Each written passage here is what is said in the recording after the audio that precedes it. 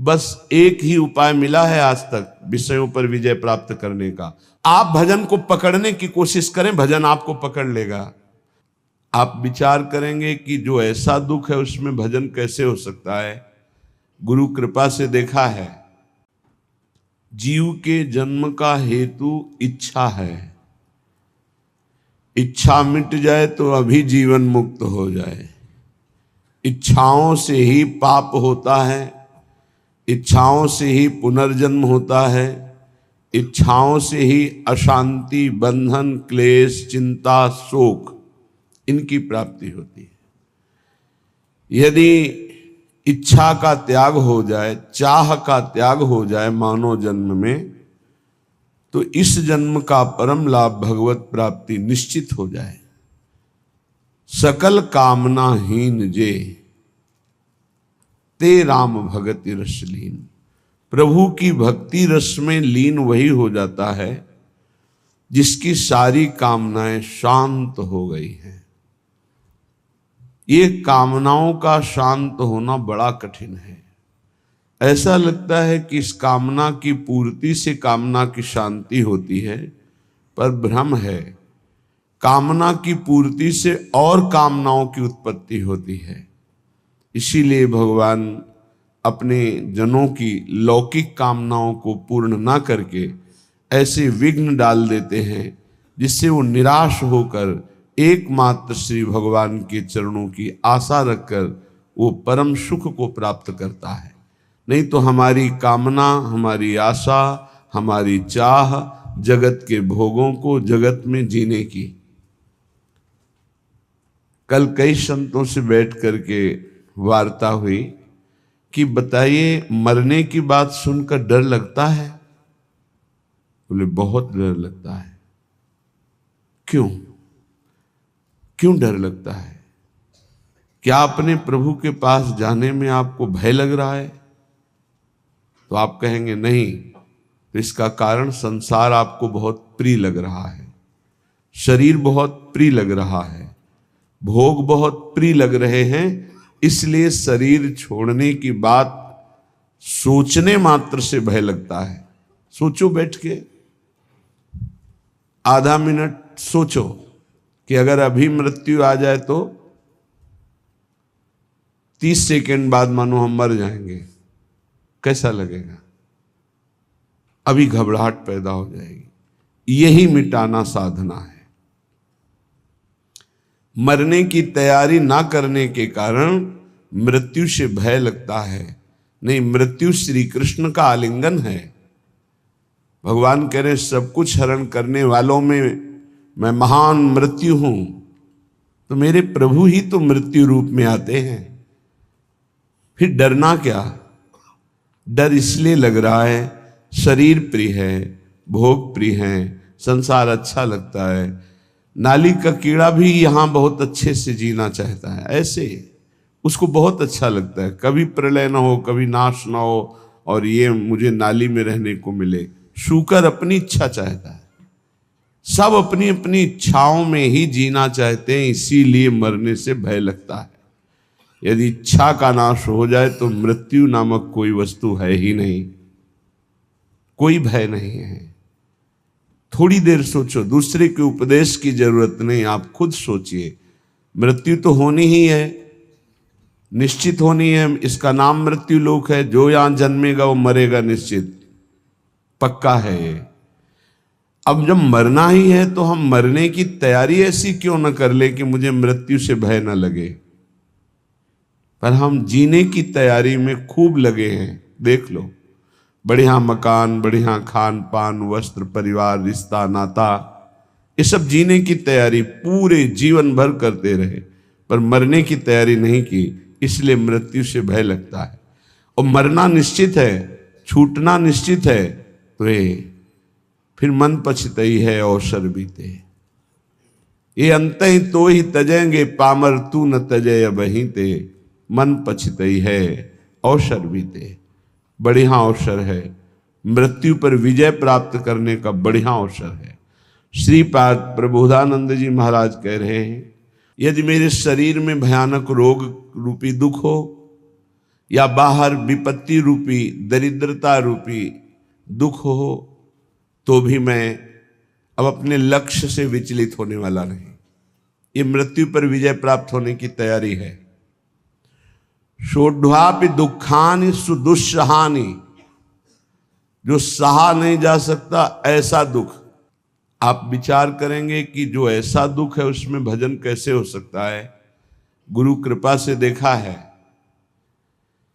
जब ऐसा भयानक दुख होता है तो एक अंतर में कोई ऐसी जगह है जहां बिल्कुल दुख स्पर्श नहीं कर रहा होता, केवल दुख का वो दृष्टा होता है, केवल दुख को देख रहा होता है, दुख को भोग नहीं रहा होता। उस समय भी एक अद्भुत आनंद, जैसे हम सामने आग लगा हुआ देख रहे हैं दृश्य, पर हम आग से बहुत दूर हैं, ऐसा अनुभव होता है। इसलिए जब तक आप नाम जप नहीं करेंगे, जब तक आप भगवत आराधना नहीं करेंगे, तब तक आप दुखों को सहन करने में असमर्थ रहेंगे, और जहां दुख आया तहां फिर भजन नहीं बनेगा। कल एक उपासक एकांतिक में प्रश्न कर रहे थे कि बहुत कृपा है हमारे ऊपर प्रभु की, खूब नाम जप करते रहे, पर अब हमारा शरीर अस्वस्थ हो रहा है, अब भजन में रुचि नहीं रह गई। ऐसा कैसे हो सकता है कि आपका खूब नाम जप चल रहा हो, खूब अच्छा लग रहा हो, फिर भजन छूट जाए रोग में, और साधारण रोग, शुगर हो जाना, ब्लड प्रेशर हाई लो हो जाना, ये तो सबके लगभग हैं। कोई बिरला ही बचता है जिसके शरीर में रोग ना हो, ये कलिकाल है। अगर रोग ये साधारण आने पर आपका भजन छूट जाता है, तो असाध्य रोगों में क्या करेंगे आप? तो फिर प्रभु को भूल ही जाएंगे। तो आपकी तैयारी क्या रही? तैयारी तो इसी बात की है कि भारी विपत्ति बाहर और अंदर शरीर रोग ग्रसित पर हम आपका भजन नहीं छोड़ेंगे। सोढ़वापि दुखानि सुदुस्सहानि, ऐसा दुख जो सहा नहीं जा रहा, उस समय भी हम राधा राधा राधा राधा ऐसा रटेंगे। त्यक्त्वाप्य हो जाति कुलादिकानि, हमारे कुल के, हमारे जाति के, हमारे परिवार के त्यक्त्वा, हमें त्याग दे, तो भी मैं ऐसी परिस्थिति में भी प्रभु का स्मरण नहीं छोड़ूंगा।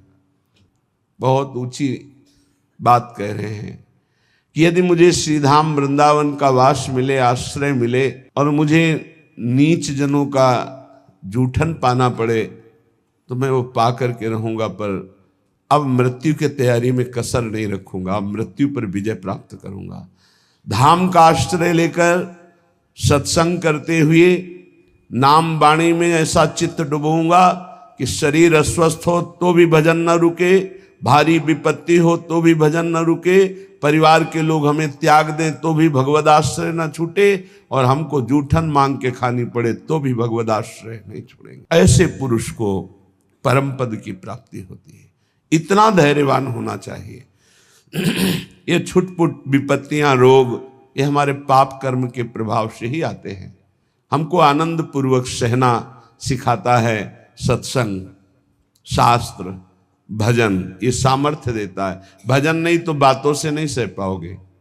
इसीलिए यावत स्वस्थमिदं कलेवरम यावत च दूरे जरा, जब तक आपका स्वास्थ्य ठीक है, वृद्धावस्था दूर है, तब तक भजन कर लो। ऐसा अभ्यास कर लो कि किसी भी स्थिति में भजन न छूटे। घर छोड़ने के पहले गुप्त रूप से 4-4 दिन, 5-5 दिन भोजन का त्याग करने का अभ्यास गुप्त रूप से किया, क्योंकि हमको बाहर मिले ना मिले तो हम कैसे रह पाएंगे। पहले तैयारी की जाती है। एक एक को मृत देखा, एक एक को मृत देखा, माँ को, परिवार को, सबको। जब अंदर आ गया कि सब ये शरीर मृत हैं, और अंदर ही आ गया कि कई दिन भोजन न मिलने पर भी मैं भजन अपना नहीं छोड़ पाऊँ, नित्य निरंतर भजन करते हुए मैं बाहर परिवार से, भोजन से, सबसे विलग होकर के भी जी लूंगा। पहले अभ्यास किया, फिर निकल पड़े। जब निकल पड़े तो कदम पीछे नहीं, आगे। चाहे जितनी गाली, अपमान, दुख, सर्दी, गर्मी, बरसात, हर कष्ट सहते हुए पशुवत शरीर का व्यवहार, जैसे पशु ऐसे व्यवहार जैसे पशु के न रजाई है न कंबल है, जो मिला सो खा लिया, जहां मिला वैसे पड़ा, ऐसे शरीर। तब वो जाकर के अंदर वेदना जागृत हुई, कैसे ब्रह्मबोध हो, कैसे भगवत प्राप्ति हो। अब तो जीवन का लक्ष्य केवल भगवत प्राप्ति। तब जहां कहीं भी चित्त की वृत्ति विषय संयोग के लिए लालायित हुई, वहीं रो रो कर प्रभु से प्रार्थना, प्रभु बचाओ, ऐसी वृत्तियों से बचाओ जो आपसे विमुख कर रही। बस एक ही उपाय मिला है आज तक विषयों पर विजय प्राप्त करने का, रोकर भगवान से प्रार्थना करना। नहीं, विषय इतने प्रवीण हैं कि इंद्रियों को बलात् अपने में तन्मय कर लेते हैं। इंद्रियां इतनी प्रबल है कि मन को बलात् अपने में अधीन कर लेती। मन इतना प्रबल है कि बुद्धि को अधीन कर लिया। बुद्धि इतनी प्रबल है कि जीवात्मा उसी में तन्मय होकर भोगों में लग गया। ये कहने में इतना समय लगा, तन्मय होने में इतना भी समय नहीं देता। विषय 1 सेकंड में तन्मय करा देता है। जहां तन्मय हुआ वहां भ्रष्ट हुआ। इसलिए कैसी भी परिस्थिति हो, भजन का अभ्यास कर लो। जीवन में एक ही बात दृढ़ निश्चय रही गुरु प्रताप से, हमारा स्मरण न छूटे। बस उसके लिए पूरा जीवन लगा दिया गया है, स्मरण न छूटे। हजारों के बीच में या एकांत में, भूख प्यास में या छके हुए, अपमानित होकर या सम्मानित होकर, सर्दी गर्मी बरसात, कोई भी परिस्थिति हमें भगवान से विमुख न कर पावे। कोई कहने वाला थोड़ी था परमार्थ में जब चले, कोई सिखाने वाला थोड़ी था। एकमात्र परमात्मा स्वरूप गुरुदेव हर समय साथ रहते, हमारे दिमाग में रहते। 3 बार गंगा स्नान, चाहे सर्दी हो, चाहे गर्मी हो, चाहे बरसात हो। एक ब्रह्म मुहूर्त 3 बजे 4 बजे के बीच में जब भ्रमण करते थे, अगर कहीं रुके तो 2 बजे के बाद उठकर गंगा किनारे। पर भ्रमण में ऐसी, क्योंकि पता नहीं कौन कहाँ घाट है, कहाँ स्नान करना है, तो 4 बजे के लगभग। फिर 9 और 10 के बीच में एक स्नान, और फिर 3 और 4 के बीच शाम। ये शौच लगे न लगे उससे नहीं, 3 बार त्रिकाल स्नान करना और त्रिकाल आराधनाएं कुछ गुरु प्रदत्त। अपने को जब तक आप दुख सुख में समान रखकर साधना में भाव नहीं रखेंगे, तब तक आप नहीं चल सकते। क्योंकि ऐसी परिस्थितियां माया डाल देगी। हमें बड़ा आश्चर्य लगता है, छोटे मोटे रोग, ब्लड प्रेशर लो हो गया या हाई हो गया या शुगर बढ़ गई, ये तो बहुत बड़ी बड़ी भयानक परिस्थितियों में महापुरुषों की दिनचर्या में कोई फर्क नहीं पड़ा। तिवारीपुर सेनपुर के समीप है, वहीं एक पंजीरी बाबा रहते थे। उनकी एक सिद्धि थी ऐसी कि इतना बड़ा पात्र था मिट्टी का, और हजारों 10 हजार लोगों को पंजीरी ऐसे देते थे, एक एक मुट्ठी। कितनी भी 100 ग्राम 50 ग्राम उसमें डाल दी गई, बस लाल चला ऐसे ऊपर रख दिया, बस उससे देते चले जा रहे। 10 हजार लोगों को पंजीरी बांट देंगे, उतनी ही बची रहेगी। ऐसे सिद्ध महापुरुष।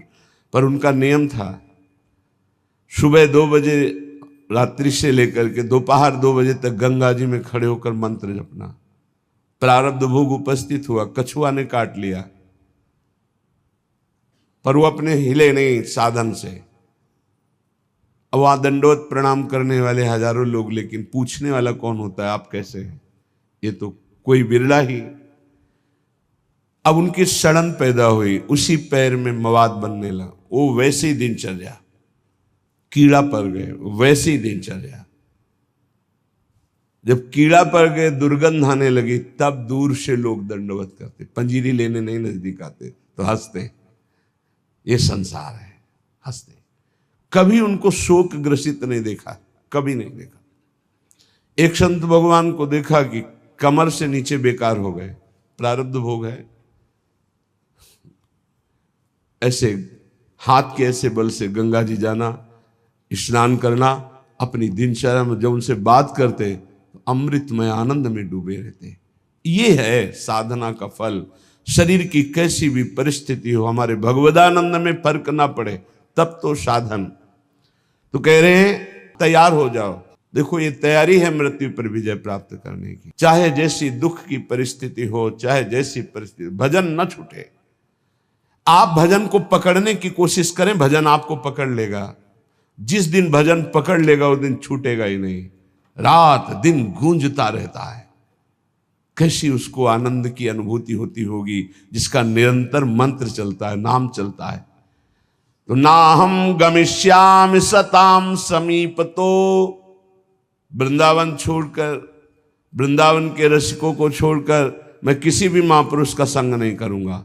ना हम गमिष्यामि सताम समीपतो, जो प्रिया प्रीतम के प्रेम रस से अनविज्ञ हैं, उस रस के ज्ञाता नहीं है, मैं उनका सत्संग नहीं करूंगा और ना ही करना चाहिए। क्यों? क्योंकि हमारे भाव को पुष्टता मिलेगी, इष्ट मिले और मन मिले, और मिले भजन रस रीति। जहां इष्ट मिले, भजन रस रीति मिले, प्रेम रस का मन मिले, वही सत्संग में रंग आएगा, अन्यथा बाधा पड़ जाएगी। क्योंकि बहुत प्रकार की भक्ति है, बहुत प्रकार के भक्त हैं, बहुत प्रकार की साधना है, बहुत प्रकार के साधक है। तो हमारे समाधान का, चित्त के समाधान का विषय रसिक जन है। रेमन रसिकन संग बिन रंच न उपजय प्रेम। इसलिए महाप्रभु हरिवंश चंद्र जी भी कहते हैं, वृंदान सर्व महता मपहाय दूराद। बाहर बड़े बड़े महापुरुषों को प्रणाम करके अगर प्रेम प्राप्त करना चाहते हो श्यामा श्याम का, तो वृंदावन के रसिकों का संग करो। तो उनके संग से, जिनका स्वभाव है सत्तारणी कृत स्वभाव, ऐसी श्री जी से आपका अपनापन हो जाएगा। तो ना हम गमिष्यामि सताम समीप, तो मैं नहीं जाऊंगा किसी भी बड़े महापुरुष के पास जो वृंदावन रस से दूर हैं। ना हम वदिष्यामि निजम कुलादिको, मैं कभी कुल का परिचय बता करके अपनी महानता देने वाले का मैं कभी संग नहीं करूंगा। क्योंकि महान वो है जो इष्ट में तन्मय है, ना कि जाति पक्ष में, कुल पक्ष में। ऐसी महानता ना विद्वान पक्ष की। विद्या रूप महत्व कुल धन यौवन अभिमान, इनका आदर नहीं होता। अगर इनका आदर होता है तो असत का आदर होता है, असत का संग होता है। श्रीपाद करें, ना हम वदिष्यामि निजम कुलादिकम, ना मैं अपने कुलादि का परिचय दूंगा और ना कुल का परिचय देने वालों का संग करूंगा। ना हम मुखम दर्शितास्मि कस्यचित्, मैं ऐसे का कभी मुख भी नहीं देखना चाहूंगा जो प्रिया प्रीतम से विमुख होकर के संसार के राग रंग में मगन है। वृंदाटवी वास कृतेति साहसी, मैं अत्यंत साहसी होकर के, असंग रह करके श्री प्रिया प्रीतम का निरंतर भजन करूंगा। आह कीदृक् पुण्य राशे, आहा कैसे पुण्य प्रकट हो गए कि हमारी श्री जी की करुणा उदय हुई और मुझे वृंदावन धाम का वास मिला, आने को मिला, दर्शन करने। आहा कीदृक् पुण्य राशे सुपरिणतरियम केयमाश्चर्य रूपा, कारुण्य उदार लीला स्फुरति भगवतः कोनु लाभोद्भुतोयम। आहा मेरे सारे पुण्य फलीभूत हो गए, मुझे वृंदावन आने को मिला, वृंदावन में दर्शन मिले बिहारी जी के, राधा वल्लभ जी के, राधा रमण जी के, रसिकों का संग मिला, मेरे पुण्य फलीभूत हो गए। आहा आहा क्या आश्चर्य में करुणा उदारता प्रकट हुई कि मुझे परम रूप राशि श्री प्रियाजू के चरणों की शरणागति मिल गई, जो परम करुणा उदार का साक्षात वपु हैं। श्री जी के रूप का एक ऐसा प्रभाव कि रोए बिना नहीं रह सकते आप। करुणा दयालुता टपक रही श्री जी के रूप से, वो मतलब सामर्थ्य के बाहर की बात है, कोई वर्णन कर सके। ऐसे नेत्र है, ऐसी करुणा है, ऐसा अपनापन है कि बस चिल्ला चिल्ला के रोने का मन होता है। तो कहते आहा हमारे ऊपर कितनी करुणा हुई, केम आश्चर्य रूपा, कैसा ये आश्चर्य में रूप है मेरी प्यारी जू का। कारुण्य उदार लीला स्फुरति भगवतः कोन लाभोद्भुतोयम, जहां जिनकी करुणा उदारता का लाभ स्वयं भगवान ले रहे हैं, वो रूप हमारी स्वामिनी जी का, मैं उनका शरणागत हूं। यद्वा नाश्चर्य में तन निज सहज गुणम मोहित श्री विधिशा, मेरी स्वामिनी जी का ऐसा सौंदर्य है, ऐसा प्रेम है कि लक्ष्मी ब्रह्मा शिवादि देवगण भी मोहित हो रहे हैं। यद्वा नाश्चर्य में तन निज सहज गुणम मोहित श्री विधि ईशा, श्री लक्ष्मी जी, विधि ब्रह्मा जी, ईश भगवान महादेव, उच्चैर वस्तु, ऐसी दिव्य प्रेम वस्तु वृंदावन मिद मवन उयत स्वयं प्रादुरस्ते, मुझे वृंदावन की भूमि ने प्रदान किया। श्री स्वामिनी जी का रूप, स्वामिनी जी की शरणागति, स्वामिनी जी का राधा नाम, जिसे लक्ष्मी जी, ब्रह्मा जी, भगवान शिव आदि देवगण भी मोहित हो रहे हैं, ऐसा प्रेम, जिस उदारता का लाभ स्वयं भगवान श्री कृष्णचंद्र जी ले रहे हैं, ऐसी स्वामिनी मुझे मिली। ये सिर्फ वृंदावन भूमि की कृपा। इसलिए मेरी जिह्वा रटन वृंदारण्येत्यविरत मटस्तत्र परितो, नटन गायन प्रेम्णा पुलकित वपुस्तत्र विलुठन, त्रुटत सर्वग्रंथि स्फुटदति रसोपास्ति पटिमा, कदाहम धन्यानाम मुकुटमणिरेशोस्मि भविता, मैं बन गया सबका मुकुटमणि। ये देखो, हम श्यामा जी के बल अभिमानी, कदाहम अहम धन्यानाम, मैं धन्यों में धन्य हो गया, मुकुटमणि रेशोस्मि अस्मि, मैं भविता, मैं मुकुटमणि बन गया। किस बात से? क्योंकि मुझे ऐसी प्यारी जी की शरणागति मिली, मुझे प्यारी जी का नाम रटने को मिला। तो रटन वृंदारण्य, मैं वृंदावन में रहकर राधा राधा राधा ऐसा रटूंगा। विरत मटस तत्र परितो, वृंदावन की गलियों में घूमता हुआ, नटन गायन प्रेमणा, नाचते हुए और पद गायन करते हुए, हाँ पद गायन करते, बन की कुंजन कुंजन डोलन, निकसत निपट साकरी बीथिन, परसत नाही निचोलन, बन की कुंजन कुंजन डोल। साथ में प्रियालाल बन विहार कर रहे, भावना करते हुए उपासक पद गायन। देखी सखी राधा पिय केली, देखो सखी प्रिया प्रीतम कैसे प्रेम रस क्रीड़ा करते हुए वन विहार गहवर वन में कर रहे। हाँ, सुंदर पुलिन सुभग सुखदायक, नव नव घन अनुराग परस्पर, खेलत कुंवर नागरी नायक। सखी देखो कैसे यमुना का पावन पुलिन है, नवीन नवीन अनुराग में डूबे हुए नव किशोरी नव किशोर कैसे पावन यमुना पुलिन के तट पर क्रीड़ा कर रहे, खेल रहे हैं। आज निकुंज मंजू में खेलत नवल किशोर नवीन किशोरी। देखो सखी आज सुंदर नवम नवम जहां शोभा प्रकाशित हो रहे, ऐसे नवीन निकुंज में हमारी नवल किशोरी जो खेल रहे। देखो सखी आज दोनों प्रिया प्रीतम अपने कर कमल में सुंदर सुंदर नील कमल और स्वर्ण कमल लेकर सैया की रचना कर रहे हैं। नवल नागर किशोर मिली, कुंज को मल कमल दलन सिज्या रची।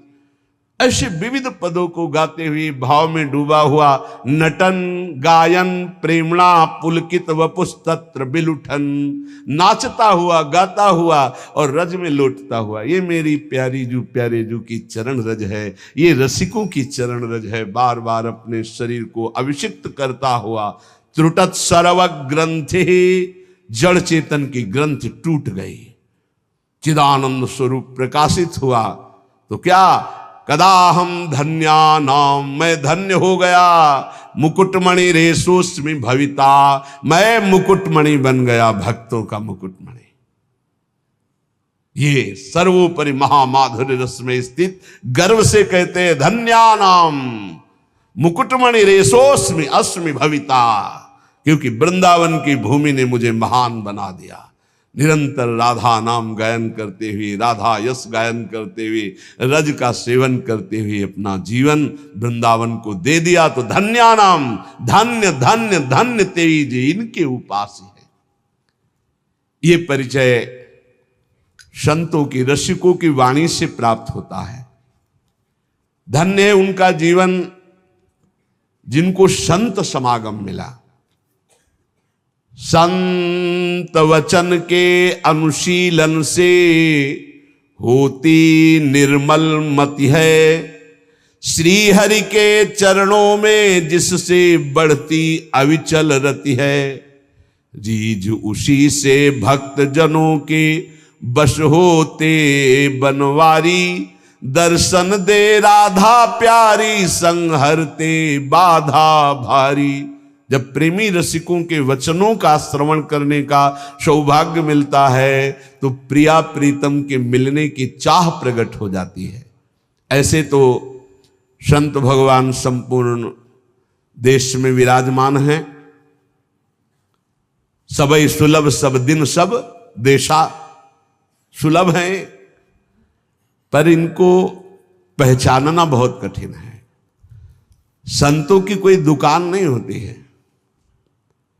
और ना कोई, जैसा लिखा है, ना कोई उनके साइन बोर्ड होते हैं जिससे उनकी योग्यता पहचान ली जाए। जो दुर्भागी जन होते हैं, कभी कभी भगवान की कृपा से उनको भी संत संग मिलता है। दुर्भागी खलऊ करें भली पाय सुसंगु, पर मिटे न मलिन स्वभाव भंगु। वो खल दुष्ट स्वभाव वाले लोगों को भी भगवान अवसर देते हैं, संत समागम जाओ। पर वो देखने, सुनने, मनन करने की योग्यता न रखने के कारण वो और कुछ देखते हैं और निंदा करके अपने दुर्भाग्य को और पुष्ट कर लेते हैं। हम यहां वार्ता कर रहे हैं सत्संग से परम लाभ लेने वाले श्रद्धालुओं की। सत्संगति दुर्लभ संसारा, निमिष दंड भरी एक बारा। यदि एक बार भी संत का संग पलक झपकने भल के समय को मिल जाए तो जीवन का परिवर्तन निश्चित होगा। संत संग की पहचान जीवन का परिवर्तन हो जाना। पर प्रायः ऐसे संतों का संग प्रायः नहीं मिलता। बहुतायत होती है संत के भेष में वासनाओं की पूर्ति करने वाले असंतों की। लिखा हम बोल रहे हैं। कभी कभी तो ऐसा कि संत के वेश में घोर पाखंड पाया जाता है, जिससे बड़ा भ्रम, बड़ी वंचना सतमार्ग की हो जाती है। इतना संदेह पैदा हो जाता है कि सौभाग्यवशात यदि कहीं सच्चे संत मिल जाएं तो उन पर भी श्रद्धा नहीं हो पाती। ऐसा झकझोर दिया जाता है। जन्मार्जितानि पापानि नाशमायन्ति यस्य वै सत्संगतिर भवेत् तस्य नान्यथा घटते ही सा। बहुत जन्मों के जब सुकृत एकत्रित होते हैं, भगवान की कृपा करुणा बरसती है, तब संत संग का संयोग बनता है। हमारी श्रद्धा वहां समर्पित होती है। सत्संगो दुर्लभो अगम्यो अमोघस्य। अगर एक बार विशुद्ध संत मिल जाए, पर मिलते भगवत कृपा से हैं, तो सच्ची कहते हैं उसका सारा काम बन जाएगा। सच्ची बात है, दोबारा फिर लिखा, सच्ची बात है। उस संत की प्राप्ति का मतलब है भगवत प्राप्ति। उस संत के संग का मतलब है भगवत साक्षात्कार। सच्चे संत का मतलब यह है कि तुम्हारा संसार का चक्र अब नष्ट हो जाएगा। निगमागम पुराण मत एहा, कहीं सिद्ध मुनि नहीं संदेहा। संत विशुद्ध मिलहि परि तेहि, चितवहि राम कृपा करी जेहि। निगम आगम पुराण समस्त शास्त्र सिद्ध मुनियों सबका एक मत है कि विशुद्ध संत उसे ही मिलते हैं जिस पर भगवान की कृपा कोर हो गई है। यद्यपि सब पर भगवान की कृपा है, सब पर मोरी बराबर दया, पर जो माया के खिलौनों में मगन हैं उन्हें गोद में बैठाने के लिए भगवान विकल नहीं होते। पर जो उन खिलौनों से थोड़ा भी ऊब करके भगवान को पुकारा तो कृपा की वर्षा कर दी और महत्पुरुषों का संग दे दिया। यदि ऐसे संतों का संग मिल जाए तो उनकी वाणी, संतों का आशीर्वाद क्या होता है? उनकी वाणी, उनकी वाणी से तुम्हारे हृदय में संपूर्ण पापों का नाश करके संगम प्रकाशित हो जाएगा। कर्म योग, ज्ञान योग, भक्ति योग, इसका संगम प्रकाशित हो जाएगा। कह रहे जहां कर्म की कालिंदी में मिलती भक्ति की गंगा, सरस्वती हुए जहां ज्ञान की गूढ़ अगम्य अभंगा। त्रिविध साधनों की बहती है सुंदर जहां त्रिवेणी, धन्य संतवाणी प्रयाग सी निश्रेयस निश्रेणी। कर्मयोग, भक्ति योग, ज्ञान योग, मानो कर्मयोग यमुना जी और परम ज्ञान योग सरस्वती जो गुप्त रूप में है, और प्रकाशित प्रगट भक्ति योग मानो गंगा जी, मानो गंगा यमुना सरस्वती का संगम। कर्मयोग, भक्ति योग और ज्ञान योग तीनों संत वाणी के द्वारा हृदय में प्रकाशित हो जाते हैं। भगवान व्यासदेव जी, वाल्मीकि जी, नारद जी, वशिष्ठ जी, सुखदेव जी, ये सब तो महान महान अवतारी पुरुष हैं। इन सबकी वाणी में जो शास्त्रों में वर्णन किया गया है, जो संतों ने वर्णन किया है, उसका जो अनुभव करके संत जन बोलते हैं, तो त्रिभुवन में कोई ऐसा नहीं है। अगर वो एक बार वाणी कान में पहुंच गई तो उसका परिवर्तन निश्चित है। उसके जीवन में भगवत प्रकाश निश्चित हो जाएगा संत वाणी से। निमिषार्ध, पलक झपकने के आधे समय के लिए भी यदि संत का संग हो जाए तो एक दिन ऐसा आएगा कि उसका मन हठात भगवान के चरणों में लग जाएगा। समय जरूर लगेगा। इसलिए प्रभु से प्रार्थना करो कि मुझे भगवत प्रेमी महात्माओं का संग मिले। प्रायः बड़े बड़े संतों ने भी यही मांगा है। अविरल भगति बिरति सत्संगा चरण सरोरुहु प्रीति अभंगा। आपके चरणों में अविरल भक्ति हो, संसार से वैराग्य हो तो कैसे हो? बोले सत्संगा, साधु संग से ही ये प्राप्त हो सकता है। बार बार बर मांगो हर्ष देव श्री रंग, पद सरोज अनपायनी भक्ति। अनपायनी भक्ति तो कहां से मिलेगी? बोले सदा सत्संग, वो संतों के संग से ही प्राप्त होती है। अनुभूति युक्त वचन संतों से ही प्रकट होते हैं। पढ़ लिख कर प्रवचन और अनुभूति युक्त वचन में अंतर होता है। पढ़ लिख कर जो वचन होते हैं वो खोखले होते हैं, उनमें दम नहीं होती कि सामने परिवर्तन कर सके, क्योंकि स्वयं का परिवर्तन नहीं हो पाया। संतों के वचन में यह अंतर होता है कि प्रभु की कृपा का कारण विशेष उन्होंने अनुभव किया है। अनुभव करके जो ही बोलते हैं तो वो शब्द कान में जाकर हृदय के अंधकार का नाश कर देते हैं। कोई ऐसी वस्तु नहीं जो संत कृपा से प्राप्त ना हो जाए, चाहे लौकिक हो चाहे पारलौकिक। या वै साधन संपत्ति पुरुषार्थ चतुष्टये, ताम बिना सर्वमाप्नोति यदि नारायणाश्रयः।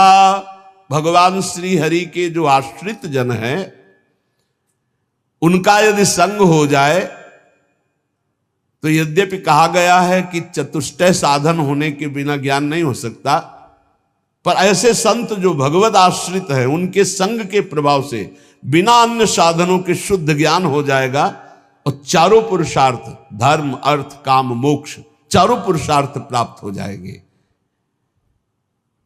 अकाम हो या सकाम, निष्काम हो या कामना युक्त, एकमात्र भगवान श्री हरि के चरणों की आराधना कृतकृत्य कर देती है, और ये बिना संतों के संग के नहीं मिलती। अकामः सर्व कामो वा मोक्ष काम उदार धीहि तीव्रेण भक्ति योगेन यजेत पुरुषम परम। जो कुछ चाहते हो, जो कुछ पाना चाहते हो लोक परलोक में, सब कुछ तुम्हें मिल जाएगा। नहीं चाहोगे तो मोक्ष भी मिल जाएगा, प्रेम मिल जाएगा, पर तुम उदार बुद्धि होकर भगवान श्री हरि की तीव्र भक्ति करो, परम पुरुष श्री हरि की आराधना करो, और ये होगी संत संग से। जब तक संत संग नहीं तो भगवान की प्रेम लक्षणा भक्ति या तीव्र भक्ति या विशुद्ध भक्ति हृदय में जागृत नहीं हो सकती।